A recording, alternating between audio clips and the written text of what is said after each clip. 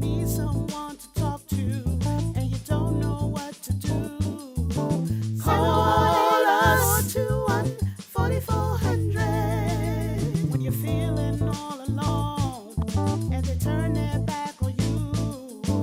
Call us 214-4400. Call us 214-4400. Call us 214-4400. Call us. You're listening to the Kind Counseling Podcast. Please be sure to like, share, and subscribe. Now back to the show. Welcome to the Kind Counseling Podcast. It is your man, Dania Roberts, and we're back with another episode. And I just want to wish everybody a happy new year as we jump into another episode. And first of all, let me welcome my co-host, Brother Al. How you doing, sir? Doing great, man. Some good weather out here. I'm enjoying the good weather. We got a few good days coming up. We put some cold days behind us, so I'm doing amazing. Good, man. Glad to hear that. And today we got a special guest, a brother from way back, Mr. Cleveland Oaks. How you doing, sir? I'm good. Good to be here. Thank you for inviting me on to talk. That's good, man. So tell us a little bit about yourself, man. Just what you're doing these days. So I'll say what I said in the pre-show. Cammy, you look the same as high school, just 40 years later. I still picture you. You still look the same. But in the distance of time since we've seen each other, I've been a career professional at NBC Universal, where I worked for the last where I worked there. I left last year, so I worked there for 13 years. From about 2011 all the way until 2024. And I left in the summer of 2024 to pursue mental health counseling full time. And that's basically what I'm doing with my time now. I went to Wake Forest University and got my degree in mental health counseling after my wife got her degree in mental health counseling in during COVID. And I was like, as any good husband, I said, anything my wife can do, I can do better. So I actually got interested in counseling because of her. But really, what really got me interested in the journey of counseling was my time at NBC Universal. And it was because of a lot of the clients that I supported there, because I did client services. So what I did in client services is I worked with the various clients. Hold on, let me just do something with this cat. I worked with the various clients in NBC, mostly celebrities and executives, and helped them with their day. So if Jimmy Fallon needed something, he didn't go to the store or whatever. Or if Hoda or if Al Roker needed something, they would come to one of the client service leaders, and we would be the people that would get them the things that they needed during the day. And we also worked for like the main population also, but each of us had an assignment that was for the various departments. How that relates to counseling is during that time I supported the news organization also, and also in the entertainment world. And if any of you guys remember 2019 to 2022, those are kind of crazy years. And okay. And what happened is I was also the leader of the Black Employee Network during that time. And so oftentimes what would happen in that role as a client service leader and the leader of the Black Employee Network and supporting news is I would frequently talk to Black employees that were in emotional distress.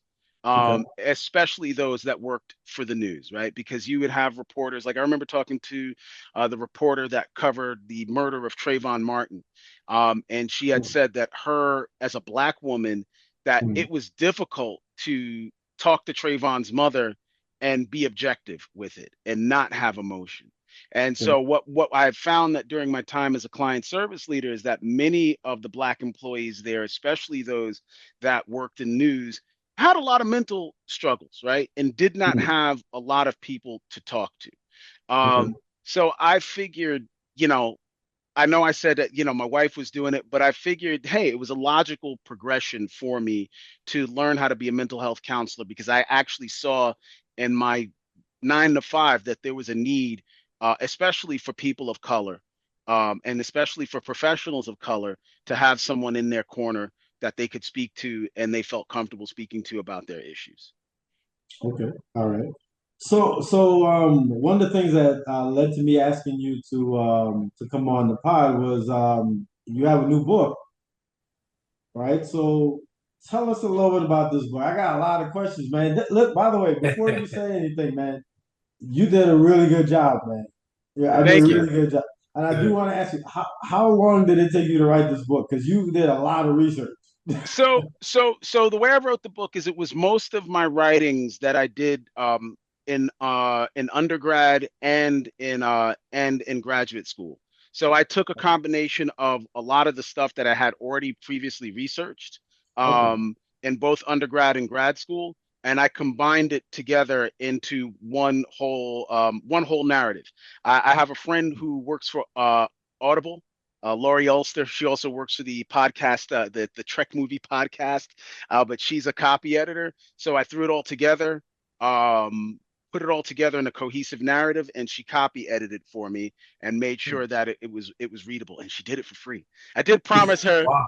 some money one day. Wow. One day, one Get to day. know people. Yeah, but not today. She ain't getting none today. But one day she'll get some money. But basically that's what I did. I took everything that the sum of a lot of the various things that I had learned over the course of my time in Wake Forest, and like I said, I had some of that was from my undergrad days, and when I say undergrad, I don't mean from 20 years ago. I actually did undergrad again uh, right before COVID at Johnson and Wales because I wanted to get a degree in hospitality and tourism. So some of those are gleaned from both of those. And then I decided one day, hey, you know what? I'm going to write a book. Uh, the Nice. genesis of that book is I was going to get my PhD. And Okay. I did a PhD interview with a gentleman with a school in San Francisco. I can't even remember the name of the school. But the guy, after speaking to me, he said, let me tell you something, brother. Um, I think you would be wasting your time to go get your PhD. You have a lot of knowledge Mm, just on what we talked about. And I right. think you would be better off writing a book. And Mm, that was the genesis of it. So I took everything that I had, read over it, looked over it again, and put it into that cohesive narrative. And if you've read the book, you see that there's a lot of pop culture yeah. references in the book too, because I wanted to make it Yeah. relatable to young people. And also keep it cool and hip, because I think for a lot of folks, especially folks of color, men of color, they think there's something wrong with mental health, or being concerned about your mental health. Yeah, yeah. I mean, I think that a lot of that is changing now. I mean, when I first started in counseling, I want to say like 90% of my clients were women. So that was Hmm. about when I started my practice.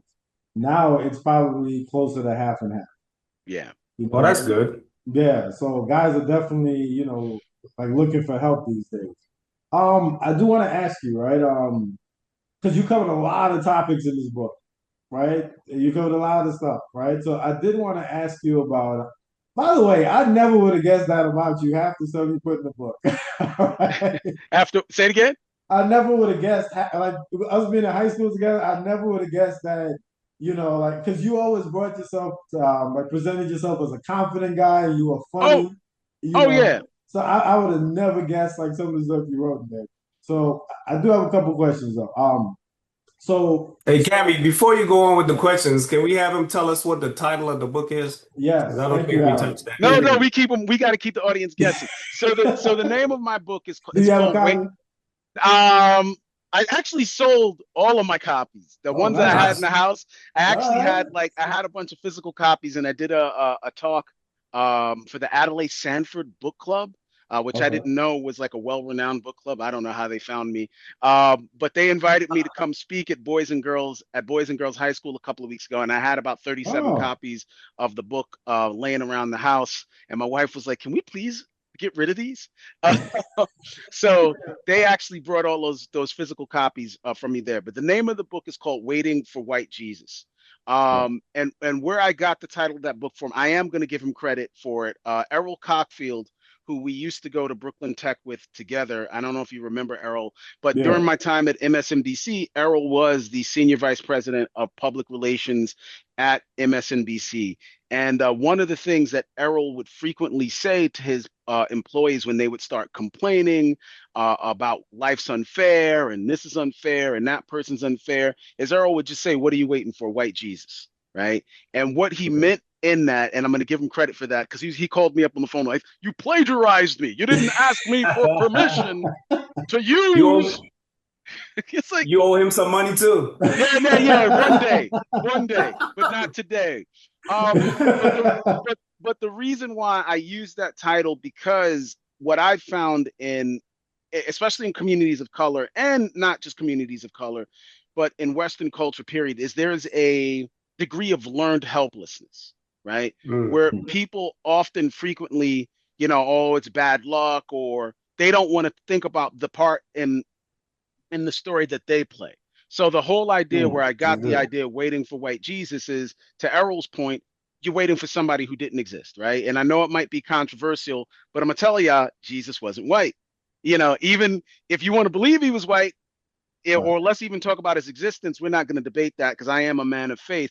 But if we look at logistically, historically, the region that Jesus that was in, it was Africa, is the Middle East. Jesus more or less probably was a person of color, right? But to not get on that point, the reason why he used to say, "What are you waiting for, white Jesus?" is number one, are you waiting for somebody else of a different color, right? And for us, it's oftentimes white folks that we're waiting for, like we're asking for permission, right? And they're asking for forgiveness. At NBC Universal, they used to do these meetings called speakeasies with the black executives, and I believe it was like one of the on-air personalities. I believe her name was Rashida Jones, an MSNBC reporter. Actually asked the audience one day. She was like, "I don't know what's wrong with y'all." She was like, Chuck Todd, who at the time was the host of Meet the Press. She was like, "Chuck Todd is a white boy that will speak his mind and ask for what he needs. And he ain't got no problem doing it." And she was like, "You know who else don't have no problem doing that? All your other white colleagues. But you guys, your executive producers, your senior producers, your reporters, your various executives around this company, and you are all scared to ask for, not even ask for, but demand what you deserve." Right. And so Errol was not that kind of person. I will give him credit for that. Errol was the kind of person that if he felt a certain type of way during his time there, he would speak up. And so when he said, "What are you waiting for, white Jesus?" he actually was saying the same thing that this young lady was saying, is like, don't wait for other people, or don't wait for someone else to save you, whereas you are the person responsible for saving yourself or making the change that you want. Yeah, I mean it's I think that's something that a lot of people don't want to hear because that means you got to look at yourself in the mirror, right? I mean it's much easier to say, it's somebody else's fault. Well, my parents didn't do this, and white people did that, Right. and it's much easier to do that as opposed to how you're contributing to the way your life is turning out. You know what I mean? Um, you mentioned about the whole dichotomy of the whole code switching part about being in white culture or white or corporate America as opposed to being in growing up in the projects and just how that was different in different ways. If you could talk a little bit about that, I mean, I thought that was really good that you when you put that in the book.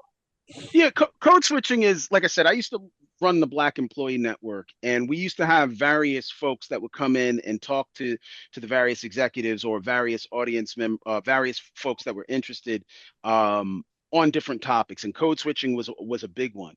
Um, the thing about code switching, and I remember once a person came in, we were doing like a national conference that had other people that weren't just NBC Universal folks in it. But a fellow comes in and is like, "Well, I don't believe I need the code switch because I'm authentically me." And the presenter was trying to explain to him, listen, it's not inauthentic to navigate, right? To change up, to read the room and change up what you're doing and who and how you're doing it depending on the audience. Um, the example that I kind of used for him is, let's think about a con man, right? Like a con man ain't worried about, how he's coming across, right? Or if he is, not being true to himself, because a con man's job is to speak your language, right? The con man's job is to get your confidence, right? And the thing that you want to think about with code switching, um, it's kind of like sales, right? It's not, I don't want people to think that they need to code switch to please somebody else, but you do need to code switch at times to navigate your audience. There was a speaker that I used to listen to, and she said it masterfully. She was like, if I'm talking to an audience that's from Harvard University, I'm going to speak to that audience in the language they understand. But if I'm talking to an audience in Harlem, I'm going to look like an idiot if I talk to them the same way that I would talk to folks at at Harvard University. So it's understanding like how to navigate the various audiences and the various people that you meet through the day. I think it's an essential. I think it's an essential tool. Okay. Now, I had a question, Cleveland. In there, I saw that you grew up as a Jehovah's Witness. Was that hard to navigate being a Jehovah's Witness and then getting into the field that you were in for so long? What? It's a terrible thing. Is that There's terrible? it's a terrible thing. I have nothing against the religion, right? And for my family, when I first wrote this book, my family that's very much still in the religion thought it was going to be a hit piece on the Jehovah's Witnesses. It is absolutely not, right? Right. I talk about them a little bit, but not really in the context of this religion destroyed my life. I actually gained a lot of good beneficial things from the religion, right? However, to your point, Al, the problem with the religion is there's a podcast I listen to called The Critical Thinker, and the host of there, JT, and his wife, Lady C, are both former Jehovah's Witnesses. And JT used to be an elder in the congregation, which is kind of like a bishop or a pastor or a church leader. And JT says the problem with Jehovah's Witnesses in America for Black people is it's this intersection of a church that tells you to wait on God, right? A church that tells you to be mediocre, right? So as Black people in America, where America doesn't want, as people of color, Blacks and Latinos and many other people of color, you have a nation that actually does not want you to succeed, and a religion that's telling you that success is wrong, right? Because everything that the Jehovah's Witnesses teach is it's supposed to go back into the organization, right? So you don't go to college. They actually just recently changed the rules that you can go to college, but you don't go to college, you don't get a 9-to-5 job, or you don't get like a prestigious job.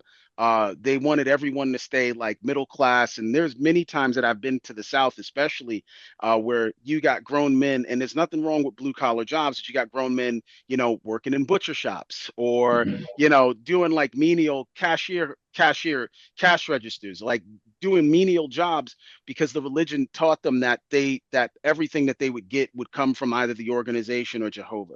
So to answer your question, Al, yes, it was very, very hard to navigate any success in life as long as I was tied to that organization, because that organization believes that success is giving devotion strictly back to the organization, right? If you go to a Jehovah's Witness convention, you'll have somebody on stage that'll be like, I gave up a 6-figure job so I could go knock on doors. And the audience will be like, great, that's wonderful, you broke. And for me, that just didn't fit, right? Now that I've done that, and I will say that, and I will still say that money is not everything. And I do believe, in walking away, just like I walked away from NBC Universal when it no longer suited me. I do believe there are times in life that you have to choose your sanity over money. And there's a scripture in the Bible where that says, like, what benefit is it for a man to gain the whole world and lose his soul? So like I said, there's some things that I learned from there, but for the most part, the organization, how it was during the period of time that I was growing up, really did not want you to pursue college. It did not want you to pursue a corporate job. And it definitely did not want you to pursue, mental health counseling, right? Because back in those days, the organization has pivoted a lot, and I will give them credit on that. But back in those days, they believed what a lot of old school Black and Hispanic people believed is just pray to the Lord. Pray to the Lord, and the Lord will heal you. And in that way, Al, that the religion really was detrimental to me for many, many years in that way, because I looked externally for answers, whereas the answers were always within reach or within me all the time. Well, you used just piggybacking off of Alan's question, like, so you used a lot of scripture to make some valid points. So you would say, like, so the foundation, the scriptural foundation that you got from the Jehovah Witnesses, like that contributes to like how you function today, you'd say, or are you completely distant yourself from that? No, no, I'm a combination. There's two things that I talk about in my practice a lot. Is the Okay. Bible and comic books and maybe some Star Trek. So three Comic things, books? right? Yeah, I learned a lot. What are you talking about, bro? I learned a lot from comic books. Yeah. Most of the lessons on morality that I have either come from Star Trek or Marvel or a DC comic or the Bible, right? Because all of those things are the foundation of my beliefs and the foundation of my practice.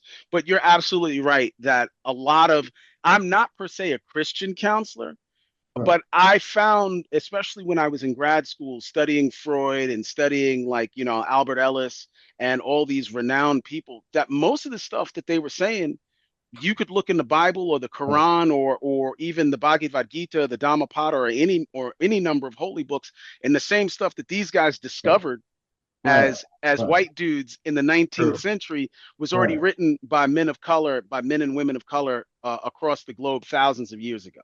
So Exactly. that's my impression of mental health. Okay. Okay.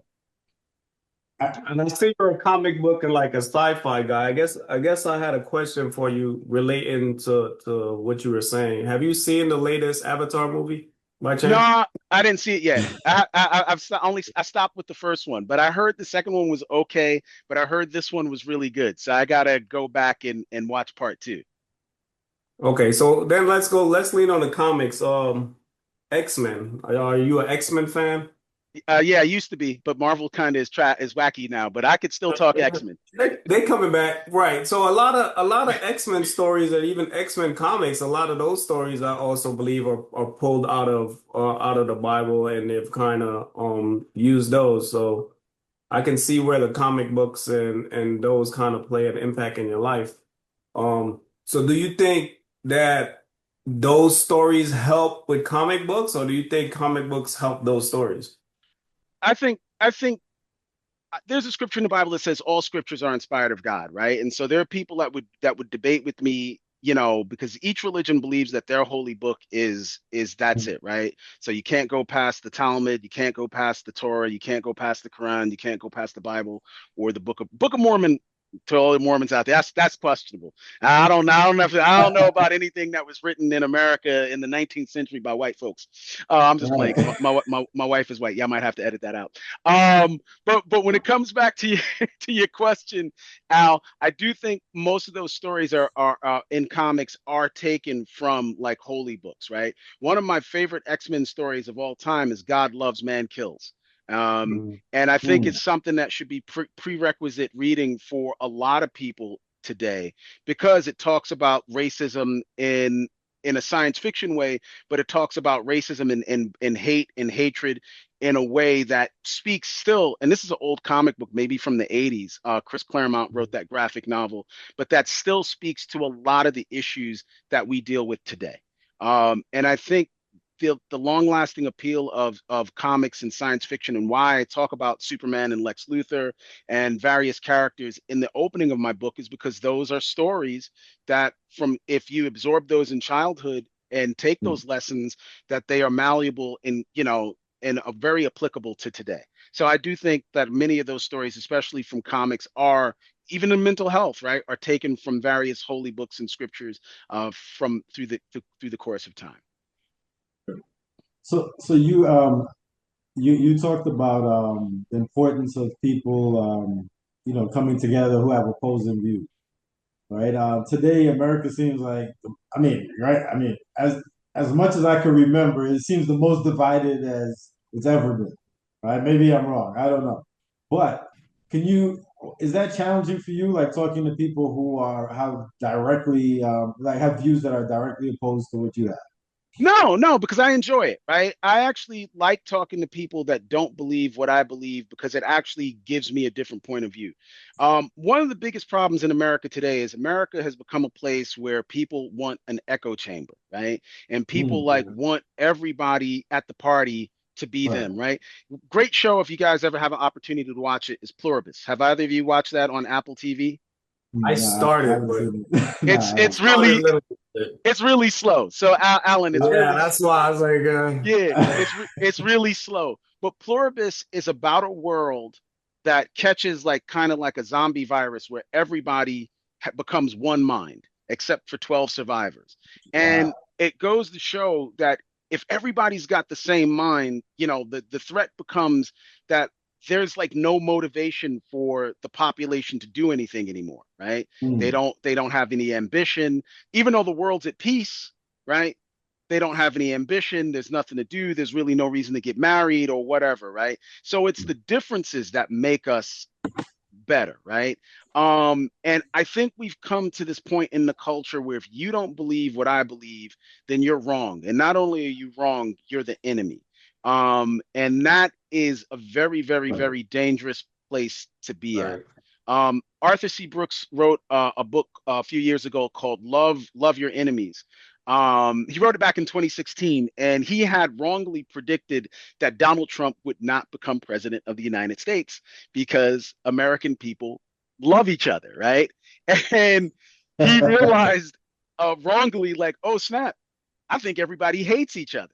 Right. Right. And one of the things he talked about, I listened to him talk recently on a podcast, that the great danger that this country is in is we have come to this point where we look at our neighbor and we see our neighbor as the enemy, right? Mm. Let's even think back to COVID, right? Yeah. 6 feet apart, 6 feet Right. apart, right? Which was the dumbest. I'm not, my dad died of COVID, so I'm not Oh. anti-COVID believer, right? I believe it was a real virus, but the mental damage that was done to much of the population during that time was far more dangerous than the disease, right? Because you created this mentality that everyone is your enemy, right? If these Mm. people are not in your immediate clan or your immediate tribe, then you don't belong with them. And I think when we came out of COVID, that persistence Right. remained, right? Right. But let's think about how silly COVID was, bro. Like you got people walking around with shields and masks. And I remember here in Pelham, in Westchester County, the kids had these cubes that were around them that they carried with them to school, and they would sit with that on on the desk, like that would stop a virus Really? from going through, right? When you think Okay. about water, right, and you think about gas, water and gas are the same thing, right? If we're in the ocean, Right. the three of us in the ocean, and let's say Al, Cammy, I put like a plastic partition between the three of us. If Mm. I pee in the water, is the plastic gonna save you? Right. I got you. Right, right. And Right. so same thing kind of with COVID, right? These masks, all these things that they told people to stay separate, Right. stay 6 feet apart, created an environment where we no longer trust each other, right? We no Yeah. longer trust each other. We no longer believe in each other, and we see each other as the enemy. And Arthur C. Brooks is not, it's interesting because he's not a mental health counselor. He's not a philosopher. He's an economist.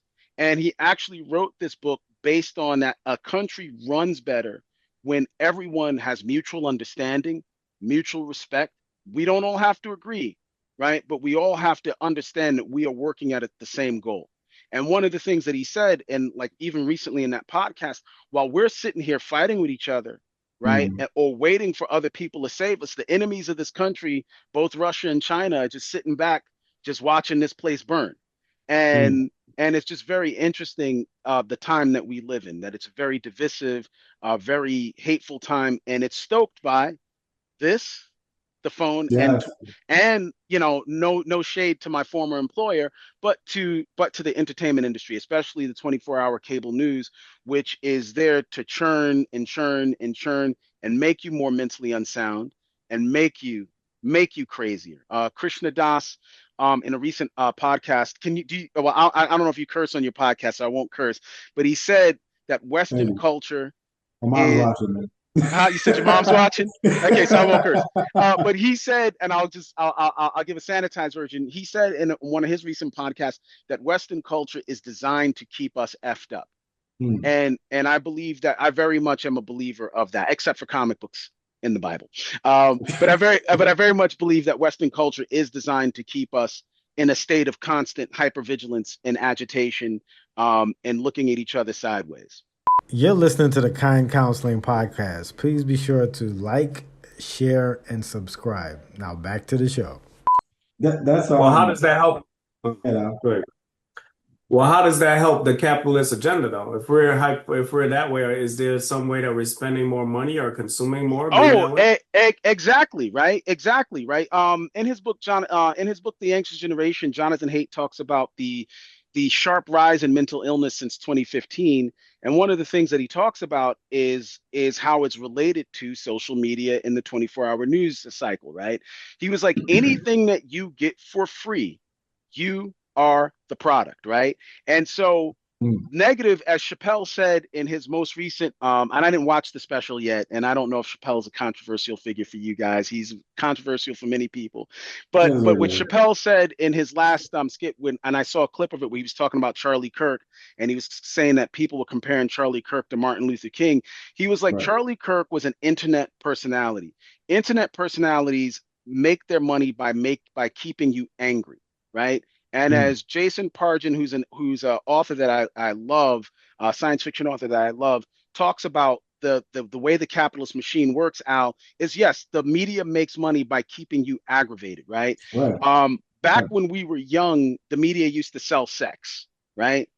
But pornography got them beat. So they can't sell sex anymore. So what they sell now is they sell emotional enragement, right? And an Mm. enraged customer is one that's passionate, and a passionate customer is one that is engaged in whatever it is you're selling. In the case of cable news, Fox, MSNBC, they tailor their news, or they tailor what, or CNN, they tailor things to their audience to keep them enraged and engaged, right? Right. The same thing with Reddit, 4chan, Facebook, Twitter. These things keep us enraged and engaged because that's how they, as John, going back to Jonathan Haidt's point, anything you get for free, you're the product, right? So these things, this constant churn, that's what generates revenue for these companies, this constant engagement. And you see the rise in depression, the Right. rise in anxiety, the rise in borderline personality disorder, all these things are people could look at the internet and compare themselves to other people, Right. or and all these other things. So I think that's how the capitalist machine works. Well, so piggyback on what you're saying, like during COVID, um, by far, like the people who watch CNN, like, and I'm not picking on CNN, but that's kind of like, well, I guess black people watch, right? By the people who watch CNN all day had so much more anxiety than people who did, right? Right, And it wasn't even close. It's not even like debatable, right. right? So I mean, to make your point, and I always said to people, okay, they're like, oh, but we got to know what's going on. And I said, well, why don't you watch it for like 10, 15 minutes and then turn it off because they're repeating the same thing all day anyway, right? Right. So I 100% agree with you, man. Yeah. 100%. It's a level of addiction, right? And so everything that is in a capitalist culture is designed to make more money, right? And the problem is with so many of the things in this society, the same people who make snacks are the same people who design cigarettes, who are the same Mm. people that design casino. And this is, I'm not making this up. You could look this up. Yeah, Are the right. same are the same folks that design slot game machines, because all of Yeah, these things are designed to keep you engaged. right, They're designed to keep you engaged and distracted, right? And that's what we have as a population who, if you know anything about Dr. Covey's circles, the mm, circle of influence and circle of concern, we got a whole bunch of people running around worried about the things that they're concerned about, but doing very little about the things that they can actually influence. right, Right. right. Yeah, I mean, But Al, you want to say something? which is also, I find that what you just said very amazing too. And I kind of see people doing that a lot. It's, with the political climate, you got these people commenting all day, and writing posts all day about what's going on in the world. And I'm like, but it's not even like you're leaving and going into the world to try to fix or help or do anything. You're sitting in your house posting all day. Right. Um, so yeah, I Right. definitely could see that. Yeah. And that's one of the reasons why I became a mental health counselor, real talk, right? Because I didn't want to sit. Listen, I know there's very little that I can do to change the world, and I actually don't Right. want to change the world, but I can change my corner of the world, right? And I can change or Right. help folks that are actually seeking change, you Right. know, get that change that they're looking for. Okay. So one of the things I did want to ask you about is you. you mentioned single fatherhood, right? And I don't talk to too many single fathers, right? Can you talk a little bit about Single fatherhood was interesting. It was both a period of time that I loved very much, but it was very, very, very difficult to try to maintain a corporate career and then manage like kids who were at the time when me and my wife split up and she went off to go have adventures in space and time that were like 11, 12, um, 14, and 15. Um, I remember, and this is actually factually untrue what my son said to me, but I remember my son when he was 14 years old said, and he still talks like this. He always talked like he smoked 100 cigarettes. Comes to me and says, "Hey, Dad, how's it feel to be the only guy in Bed-Stuy, the only black man in Bed-Stuy raising his kids?" And then walks off, and I'm like, "Shut up." But that's that? Oh actually not wow, true, right? of Black course men, not. black and Hispanic men, if you read the Pew report, many of the Right, latest Pew reports are actually more engaged in their families with right, their absolutely, families than right. than white folks, right? Even white folks have a higher SES. Um, but single fatherhood was challenging, bro. Especially for my daughter. Thank God I had my parents in Brooklyn and they had a strong, stable marriage. We're married for about 49 years up until my dad died. And I was talking to my son who's 30 just the other day, and he was like, "Dad, you were a good dad, and I always will appreciate you. But I also loved my grandfather just as much as I loved you, and I look at him as a father just as much as I look at you." And I was like, I ain't got no hard feelings about that.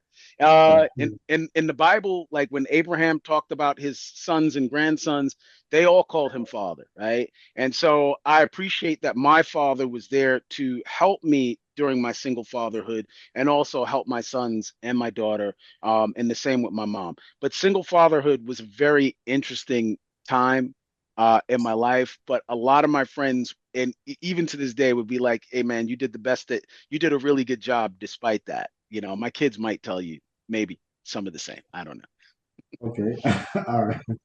So I don't know, and maybe we'll edit this out if depending on how this question goes. I hope it's not too controversial for you, right?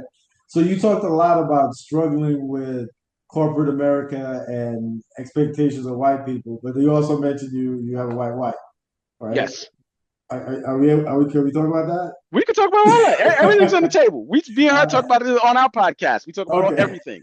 cool. So what was that like for you being involved with a white woman after enduring so many different things that you talked about in the book from white corporate America? So so my wife will deny that she said this. I know she said this to me, but what she said to me, she was really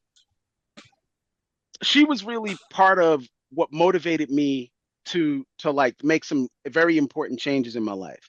Um, my wife saw and still sees within me a lot more than I had come to believe in myself. Um, and she loved me. It's wrong to say that people don't see color. Like my wife knows that I'm black, but she loved me and didn't carry the burden of my blackness the way that I carried, right?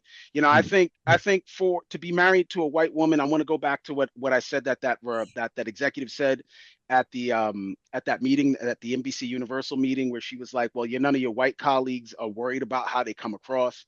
Right. They're not worried if they're the angry white woman, they're not worried if they're the loudmouth white man, and we're often worried about being the angry black woman, the angry black man, or how we gonna come off or whatever." And my wife helped me let go of all of that. I mean, I'll be Mm, honest, because she ain't never have to struggle with being black.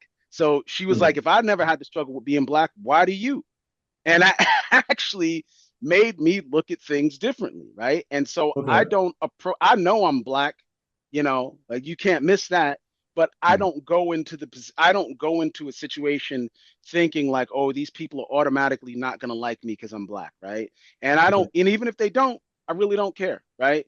Right. Like I told a colleague the other day that was asking me about pronouns, like why aren't you using pronouns? I was like, my pronouns are Cleveland, Cleveland, and Cleveland, right? Okay. And because I am who I am, right? And Right. either you accept me, and my wife helped me make that pivot, right? And I had a lot of white folks, and just out of the sake of ignorance, come to me and do the soul brother handshake or be, yo, what's up, my man? And I'll be like, hey, I don't talk like that. Hey, guy, don't speak like that, fella. Even if I really did, even if I really did when they weren't Oh, around. God. Um, but it was like she helped me navigate it. Now, were there certain times that my wife just didn't really understand my struggle because she's a white woman from Connecticut of a certain socioeconomic status? 100%. But because my wife refused to let me allow my blackness to be an excuse for failure, I no longer consider being black a burden, which I think many people secretly carry in their head that I'm black, I'm Hispanic, I'm this, I'm not white, and so therefore I'm automatically disadvantaged. Another person I learned that from, my cousin David, who grew up in Gowanus houses, and I know I talk about David in the book.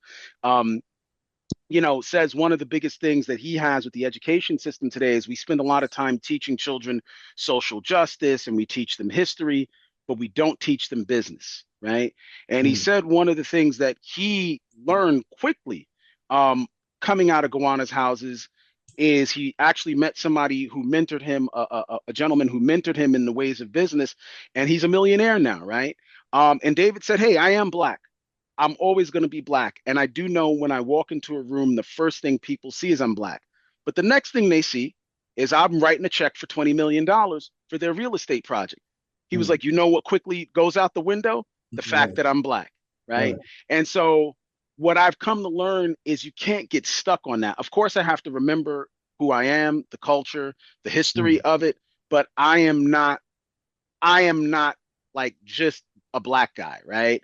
And I think that's important for people to Right. understand that you're more than the color of your skin and you're more than the sum of your culture. Like in order to experience like the human experience, you have to think of yourself as a human first and foremost. So, because you talked about your family making some comments in the book, right? Oh So, yeah. so you grew up in LG, like that's where you grew up in I Lafayette Garden. no, I grew up near Lafayette Gardens. I grew up in Sumner Houses. Okay, all right. So I'm trying to imagine. So when you came home with the white girlfriend slash wife, like did they have a lot of comments, or how'd you do it? But my first wife was Puerto Rican, so Okay, but all she was right, a very fair skinned Puerto Rican. So, but all right. for there was a lot of resistance, especially from my daughter, Hmm. when I was dating a white woman, and it was always, and it was for a little bit, it was this belief, and you know how it goes. Another one, my wife likes to say it, another one going to the white woman, and that's not the case. Yeah, that's not the case at all. I mean, I would date anybody. I've always been the kind of person that I would date anybody who dated me. Hmm. Um, what I found with my wife is my wife never was worried about the fact that I was black. I was never worried about the fact that she was white. We just had a genuine love and appreciation and affection for each other. I would love my wife if she had three heads and had green skin. I would still, Oh I would still love her the same, except two of them heads. Please don't talk back. Uh, I would love her just the same. So oh my God. color Yeah. is not something that impacts me so much. However, for many people in the community, Right. and you definitely spoke about it, I definitely will touch back on it in the book. There is this idea that whiteness equates to success, and that like when people say, "Oh, you talking white," like I talked about it in a speech I gave Right. a Right. couple of weeks ago. Like when you say somebody's talking white or acting white, you are automatically saying that being white is different from being black. And when you say that those things in a way that, well, you acting white because you got a job, or you acting white because you watch. I remember when I worked at FedEx, one of my colleagues liked Lord of the Rings, right? And another black dude says to him, "Oh, nigga, you ain't black because you like that Tolkien crap." And it's like, what? Like, what is it? What does that even mean? You know? So Lord of so the Rings is good. I got Lord you, of the Rings man. is universal, right? I got you, But man. but it's like it's this perception that we're different because of the skin color. Right. It's something that I try very hard not to buy into, right? I'll give you a good example. When I worked at NBC, I worked with a young man. His name was Tien, and Tien was as Chinese comes. He looked Okay. Chinese. He looked Chinese. The only thing when Tien talked, yo, when Tien talked, Tien, yo, what's up, man? How you doing? What's good? What's good? And Good. Tien came to me one day, and Tien was cool people, man. Tien came to me one day and he was like, yo, man, I'm so tired of people saying I act black. He was like, I am black. And I was like, he was like, what? And he was like, you know what I mean? And I knew what he meant because he grew up in Rockaway houses, right? He was Okay. the only Chinese guy who grew up in Rockaway houses. And he said all of his friends and everybody who he considered friends and family were black and Puerto Rican. And he was like, Mm. therefore, he was like, I consider myself black, right? And Tien was probably blacker than me, if you want to go by that, because he listened to more rap and more music, had more knowledge of the community and the culture than I ever did.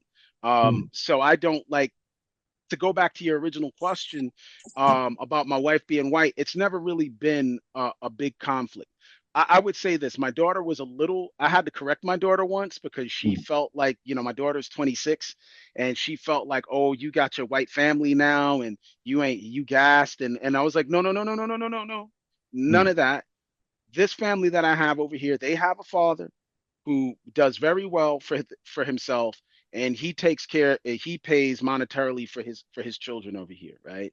Being married to a white woman or having a house or living in a white neighborhood, quote unquote, is not what gives us status. What gives us status is the status that we give ourselves, if that makes sense. Mm. Listen, man, that's in this day and age, man, that's a well, I guess depending on which part of the algorithm you on, that's a tough message to sell, man. Oh, of course. Especially with Dr. Umar looming in the background, Yeah.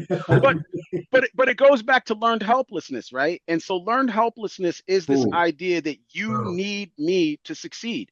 And it's still racism, bro, right? I Mm. consider some of the most liberal people that are trying to help me even more Mm. racist with their saviorism than the Right, white man that don't want me to have nothing, right? right, right. And, and, I got and, you. and instead of always giving me a handout or saying, wow, you're well spoken for a black guy, just respect me, Right, right. I right? got you. And so somebody who read my book, Tracy Capers, who's the CEO of the Hope Program, thought when she first saw me talk, said, "Oh, this brother's a black Republican."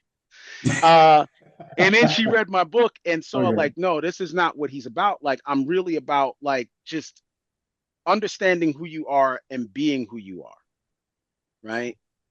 Yeah, I think your message is a good one, man. I'm just saying, like, it goes back to what we were talking about earlier. People, it's so much easier to be divisive, right? It's so much easier Right. to you stay in your corner, I stay in my corner, and whatever happens, happens. But I think what I'm hearing you say is that people are a lot more complex than that, and having these conversations and having these experiences kind of bears that out. Yes. So and I 100% agree with you, man. I got my boys be arguing with me about this all the time, man. And I'm just like, I don't know how else to say that because I mean, just maybe it's part of how I grew up, but you know, I mean, not to get too much into that, but I'm just saying, like, I completely hear where you're coming from. Yeah. If Well, one of the idioms from Star Trek, and then I'll give it back to you, is called IDIC, and I think I might talk about it in the book, which is the Mm. Vulcans believe in infinite diversity and infinite combination, and that's what makes the universe a better place, right? When we look at toxic cultures such as Nazi Germany or even the Mm. genocide in Rwanda, these are all people that wanted to, genocide a whole other, group of people because they weren't the same. Right. An author I listened to, Jason Pargin, says the only reason that we are as advanced as we are right now is because we gave everybody a seat at the table, right? He was Mm. like, when we went through the dark ages and many other years of no development, that's because white men were being like, we're the only ones in charge, screw all of you guys. But Right. when we became a culture that let women be rocket scientists, right? Like the movie Hidden Figures, right? Or Mm. let black people and people of color come to the table and contribute to society and contribute in a meaningful manner. Look at the level of technological and social advancement we have. Um, that's the big difference. Even though this thing is deadly, Right. having diversity or having infinite diversity and infinite combination is far better than everybody being the same. mm. Well, I think on that note, I mean, I've been around the world a few times. I think most people have more in common than we have different anyway. Oh, of When course. it comes to what Yeah. what our basic needs and requirements and what we're striving to do in life, I think we're more in common than different. Yeah. all of that is an illusion, right? And part of what the message of my book is to say all of that is illusion. Our struggle is one and the same. Like even when I talk about the slave rebellion, I think I talk about like the slave rebellion in 1676, where there were at one point white and black slaves. I think I talk about it in there. If not, but there were at one time in America both white and black slaves, and there was a big slave rebellion in I think Pennsylvania in 1767 and 1676, where the rich white folks were like, "Yo, we can't ever have this happen again, so we got to make a division," and that's the invention of racism in this country, right? Where we have to make a division, where we have to make the poor white people believe that they're better than the poor black people. And what you have now is a culture that realizes we do far better when we keep everybody divided, right? Right. While everybody over here is fighting over the scraps, the rich people are like, Right, you right, know, yeah, right. you know, Yeah, that's actually that reminded me of that movie what's it with Fred Hampton that came out a couple of years ago. love that movie. Right. Right, and he Yeah. was trying to get black people and white people to realize that yo, we got the same struggle, and he became a very dangerous man as a result of that. Right, right, right. Right. That's why the government had him assassinated. Please don't assassinate me, y'all. Right. But that's why the government. No, seriously, that's why the government had the Chicago PD assassinate him, because if you go back and look at J. Edgar Hoover's files, they had a project called the Black Messiah Project, where they didn't want a Black Mm. Messiah to rise up. Is Right, that he was somebody that they were very afraid of, because he was one of the greatest organizers of people, not right, people of color, of right, people in the 20th century, where he united like racist groups that should have never been in the room with each other, the Appalachian Brotherhood, the Latin Kings, the Black Panthers. And he was like, hey, man, we got a common enemy. And for those people in charge, going back to what yeah, Jonathan Haidt says, anything you get for free, you're the product. For the people in charge, it's more important for us to keep us divided right, than it does to keep us together, right? One of the most interesting things, going back to Arthur C. Brooks' point that the enemies of this country are just sitting back and watching this country burn. If you remember, like during the George Floyd days and even the COVID days, a lot of the Blue Lives Matter, a lot of the Black Lives Matter Facebook pages, Instagram pages, Twitter pages turned out not to even be Americans. They were Russian. They were yeah, yeah, Russians, yeah, right? And so a crazy. lot of what we see on social media, influencers are paid to tell lies. They go on TikTok, they have various interests. So a lot of the people out there and a lot of information that you are getting on these devices and popular media are just there to keep you Right, agitated and off balance. right. Well, they're doing a good job at doing it. They doing it. They Yeah, doing they, it. Yeah. they are. Ha- But ha- Go ahead. but I think that I mean I don't know how many people, but I think people of a certain age, I would assume I didn't take a poll or anything, are starting to see that, I right? think so Like too. right that especially with AI and you got all these fake videos and you can't tell what's fake and real. I think for a lot of people, they're realizing that you know what, I got to put this thing down because this is like messing with my mental. You know what I mean? Yeah. So I don't know. I mean, I am desperately trying to move away from it, man. I mean, Yeah. it's tough, but The best thing I can recommend, and I recommend it to all my clients, and I do talk about Dr. Covey's circles of influence and the circle of concern. Just be worried about the things that you can influence, right? right, right, Taking the reason why the Bible is such a good thing, and other holy books, is because they try to help you take an accurate knowledge of of yourself, of your mental health, and that is the most important thing. How many people were obsessed over Atlas 3I, right? And convinced themselves, of all this useless things. How many people are worried about Donald Trump being president? Donald Trump is doing some, I'm not going to say the man ain't doing some real damage, but right, in the course of history, right? In the course of time, like Donald Trump ain't even this, right? right, In the course of human history. And so we spend a lot of time worried about a lot of things that do not matter. Meanwhile, our lives, like your personal life, may be falling apart. right, Yeah. right, And 100%. sometimes this stuff isn't even affecting people's personal lives. I mean, I've had conversations with people where they tell you about what's going on in other places. I'm like, you don't even live there. Like, Right. we shouldn't worry about what's going on in the world, but Right, some stuff that does not affect you in Yeah. any way. No. Like, why are you so hyperventilating over it? But right, but here it is. It's an actual tool that that the media and governments use to manipulate people, right? If you know anything about Vladimir Putin's rise to power, if you think about how Russia used to be when we were kids, Russia was this place that controlled information, right? That you can't get information. What happens when you try to control information? You make people hungry for more. So Vladimir Putin did, and this is the same strategy that America is actually doing very well right now. Vladimir Putin was like, give him everything. Give him everything. Just tell him everything. And so Russia, and I learned this, there was a great episode of This American Life that talked about Vladimir Putin's rise to power, where Russian people now don't know what's true, right? They watch the news, and because he said give him everything, both truth and lies, they just actually literally have checked out of everything that he does, right? And now, Cammy, to your point, I do think now, because the same thing has happened here, is people, that's actually a strategy too, is just completely check out, right? And they want you to completely check out. They want to overload you with information because that's another strategy. What I would suggest instead is just pay attention to what is going on in your neck of the woods. And that's it. You ain't as worried as we are, and I don't agree with what goes on in Palestine and many other places around the world. It is still important to just understand what is happening in your local house, your local community, you know, and then go from there, right? There's a great scripture in the Bible. I think it was, as Joshua says, as in regards me and my house, we will serve the Lord, right? And if you take that in a secular sense, man, as far as my house, me and my house, we will serve each other, and then we will worry about everybody else in an altruistic way. But I'm not going to spend more time worried about things that I actually, Al, to your point, that I'm stressed out about stuff that's like in a whole nother side of the planet that I can't do anything about. But people are actually spending like hours and hours worried about all of these things and not really worried about what's going on in their lives.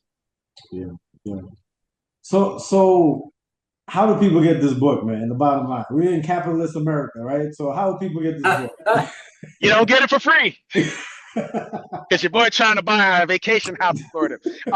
This book can be found. I'm only on Amazon, so you can find "Waiting for White Jesus," agency, creating agency in a world that tells you to wait on Amazon. It's been there for I started selling it there last year, and it's done moderately well. Like everyone who reads it, you know, says it's a great book, loves it. It is a good book, man. Very good. Thank you very much. You can write me a review on Amazon. It's and anybody listening to this, even if y'all ain't read it, give me 4 stars. But that's where you can find it. It's exclusively on Amazon. It's in hardcover, in paperback, and it's also on Kindle. If you're on Amazon Unlimited, you can get it for free on Amazon as part of your Amazon Unlimited membership. Okay. All right. So last question for me. So you sound like you do public speaking, man. Or if you're not doing it, you should be doing it. Oh no, I do public speaking. Oh, okay. All right. So if people want to contact you, like how would they do that? I have a website called embracewithincounseling.com. Okay. So you can reach me at embracewithincounseling.com, or you can reach me. I also have a Substack called The Unfinished Life, where I write various articles on mental health. And I have a podcast called The Devil You Don't Know. And you can also email me at gettoknowthedevil@gmail.com. My wife will get those, and then she'll never tell me about them because she'll be like, you souped up. But those are all the ways that you can contact me. But embracewithincounseling.com, gettoknowthedevil@gmail.com. And Cleveland, what is my counseling? I also have my email address. I think it's cleveland.oaks@embracewithincounseling.com. Let me check, because I'm at that age where I never remember my. So you know what you could do? You could send us that stuff and we'll put it in the description for you. Yep. That is it. Yeah, I'll send it to you. I'll definitely send it all to you. Okay, good. Anything else for you? No, I think he had all the points I had. So it was great talking to you, man. It was really good. Yeah, hopefully I wasn't overly chatty, because my wife is usually my producer in the background to be like, nah, man, that's why we got you here, so you can talk, man.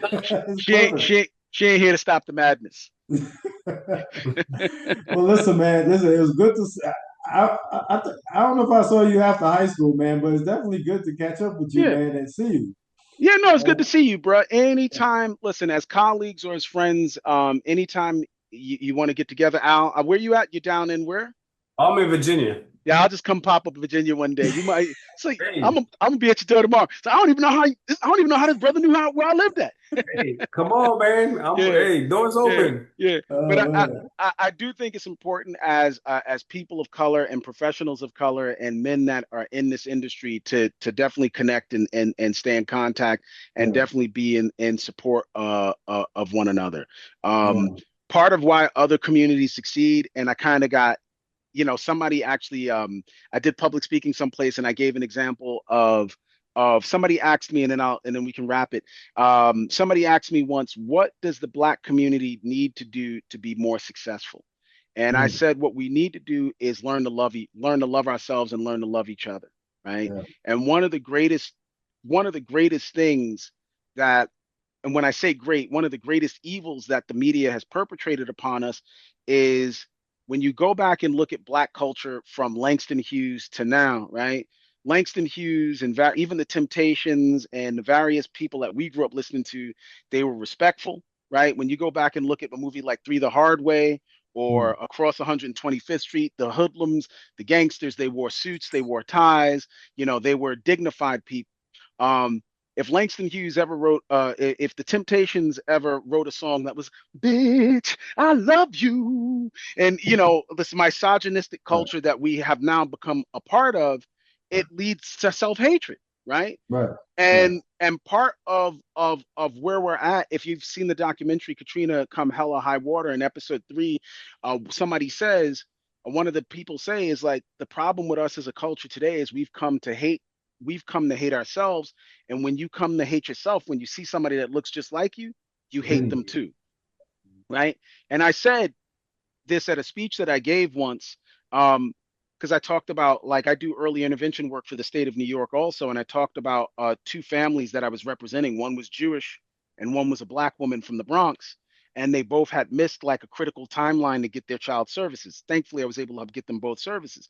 But when I called for the black family, they were like, "Yeah, nah, you know what? We don't necessarily do that, right? Mom messed up. She messed up. She missed the boat on that." But I persevered and I got her what she needed.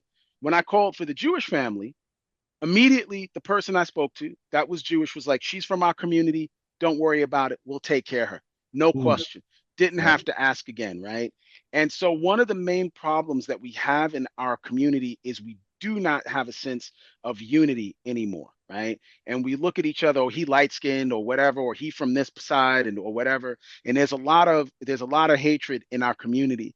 Um, and what's his name?